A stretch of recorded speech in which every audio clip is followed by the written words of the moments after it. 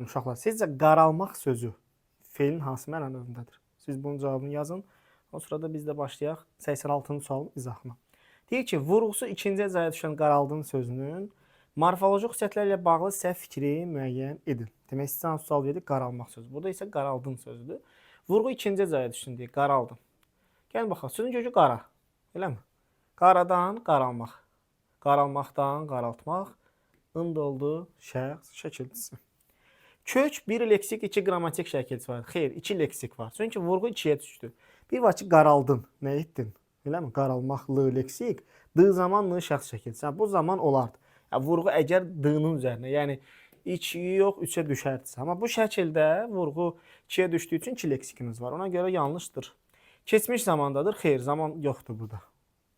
2 leksik bir qrammatik şəkilçisidir. Zaman şəkilçisi yoxdur. Feildən düzəlmişdir. Gəlin baxaq.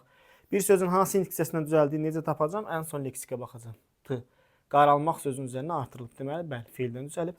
Təsriflənən feildir. Görürsünüz ki, təsriflənəndir. İcbar növdədir. Qaraldın, siz qaraldın, özünüz qaraldırsan da. Yəni, başqasına elətdirmirsən. Axı, işi burada icbar növdə deyil. Məlum növdədir. Ona görə cavabımız olacaq burada.